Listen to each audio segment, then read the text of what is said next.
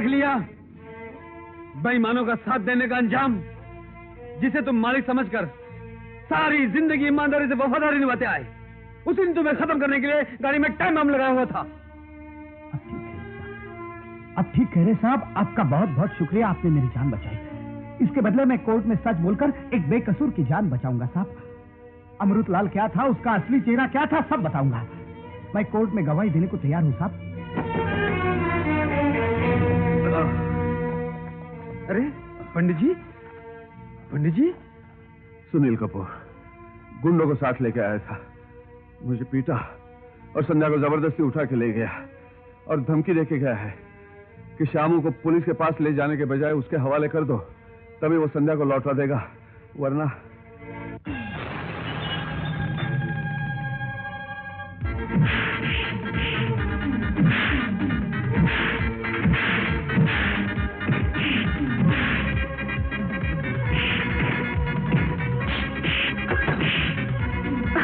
कहाँ मर गए हो हरामजादों, जल्दी आओ।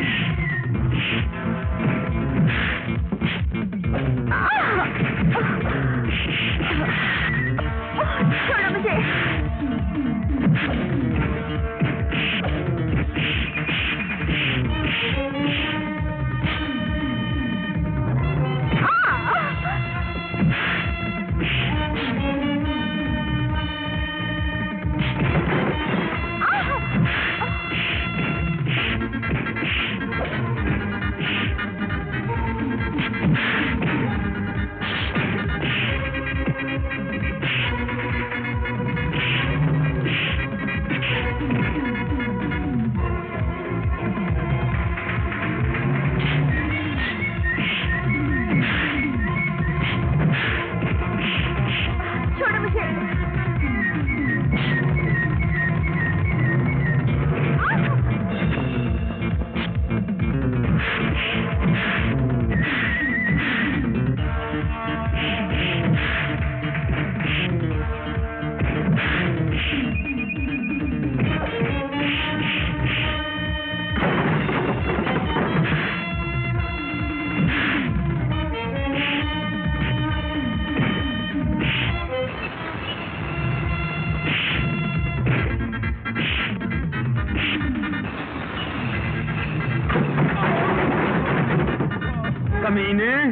संध्या के माता पिता की हत्या में तेरा भी हाथ था।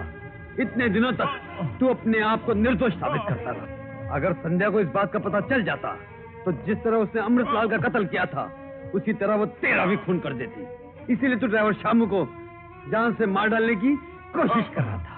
संध्या के परिवार की हत्या से मेरा कोई संबंध नहीं है। अबे जा कमीने, इतने बरसों तक तू पुलिस की आंख में धूल झोंक कर बचता रहा, लेकिन कल जब संध्या के केस का फैसला होगा तो मैं तुझे अदालत के कटोरे में खूनी की हैसियत से खड़ा करके तेरे हर पाप जो तूने किए हैं उसकी सजा तुझे दिलवा कर रहूंगा। चल।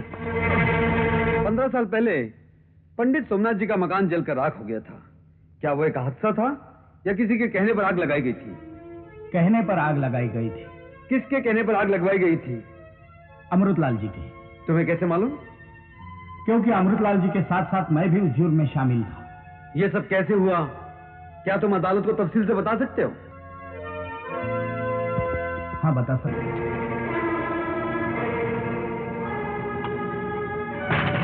कौन है आप? ये क्या कर रहे हैं? कुछ नहीं। कल रात भगवान मेरे सपने में आए और कहने लगे मुझे ये हीरे मोती के जेवरात नहीं चाहिए, ये बोझ मुझसे उठाया नहीं जाता, इसीलिए वजन कम कर रहा हूँ। ऐसी बात थी तो मुझसे कहा होता। इस तरह रात को उतारने का क्या मतलब? चलो हटो यहाँ से, हटो, नहीं तो मैं शोर मचा के सारी बस्ती को इकट्ठा कर लूंगा।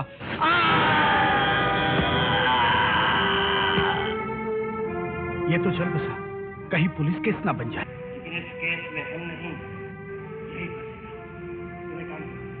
इसकी लाश उठा के गिरा हरे कृष्णा, हरे कृष्णा। कितने दुख की बात है भाइयों, मंदिर का पुजारी मंदिर के जेवरात लेकर भाग गया। भगवान का सेवक अगर भगवान को नंगा करके भाग जाएगा तो इस संसार का क्या होगा? ये धरती फट जाएगी, आसमान टूट कर गिर जाएगा। क्यों सुनील? वो तो भगवान की बिल्डिंग हिलाकर निकल गया है। मुझे तो लगता है कि इतने कीमती जेवरात लेकर वो भाग गया है और अब वो वापस नहीं आने वाला। क्यों भाइयों, आपको क्या लगता है? हमें लगता है वो फरार हो गया है, अब वही आएगा। उसकी गिरफ्तारी पर इनाम रखवाना चाहिए। नहीं नहीं, ऐसा मत कहिए, वो कभी ऐसा नीच काम नहीं कर सकते। मैं पंचायत से विनती करता हूँ, अभी और इसी वक्त चोर सोमनाथ के बीवी बच्चों को धक्के देकर इस गांव से बाहर निकाल दिया जाए। शांति शांति शांति। ये कैसा जुल्म है भाइयों? चोरी एक करे और उसकी सजा उसके बेगुनाह घर वालों को मिले, ये तो एक न्याय।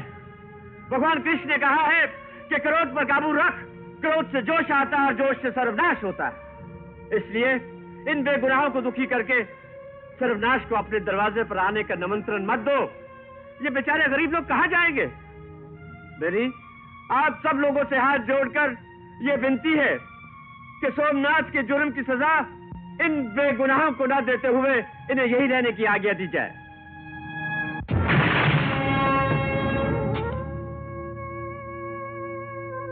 नमस्ते अमृतलाल जी, आप इतनी रात को, क्या बात है? चोर रात ही को चोरियां करते हैं, इसलिए चोर के घर जाना हो तो रात ही को जाना चाहिए।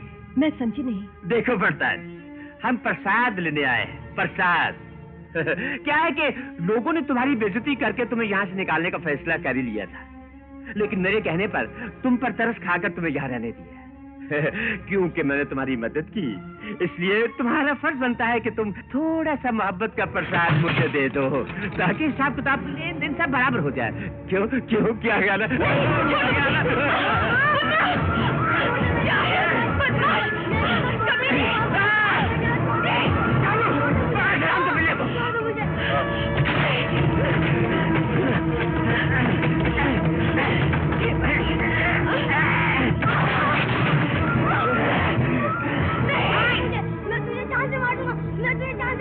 अबे तुम मुझे जान से मार डालेगा?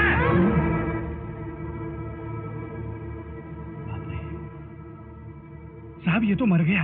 अरे तो तू क्यों घबरा रहा है? इसकी लाश और इसकी माँ की इज्जत के लूटने का राज दोनों की समाधि इसी चार दीवारी में बना देंगे।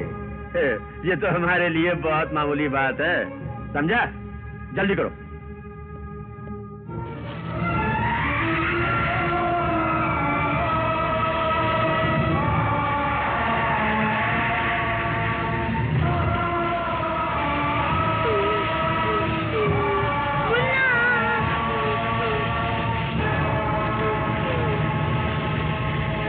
लेकिन कुछ दिनों बाद उन्हें पता चला कि एक गवाह अभी जिंदा है, यानी संध्या, जो कि पुजारी जी के पास है।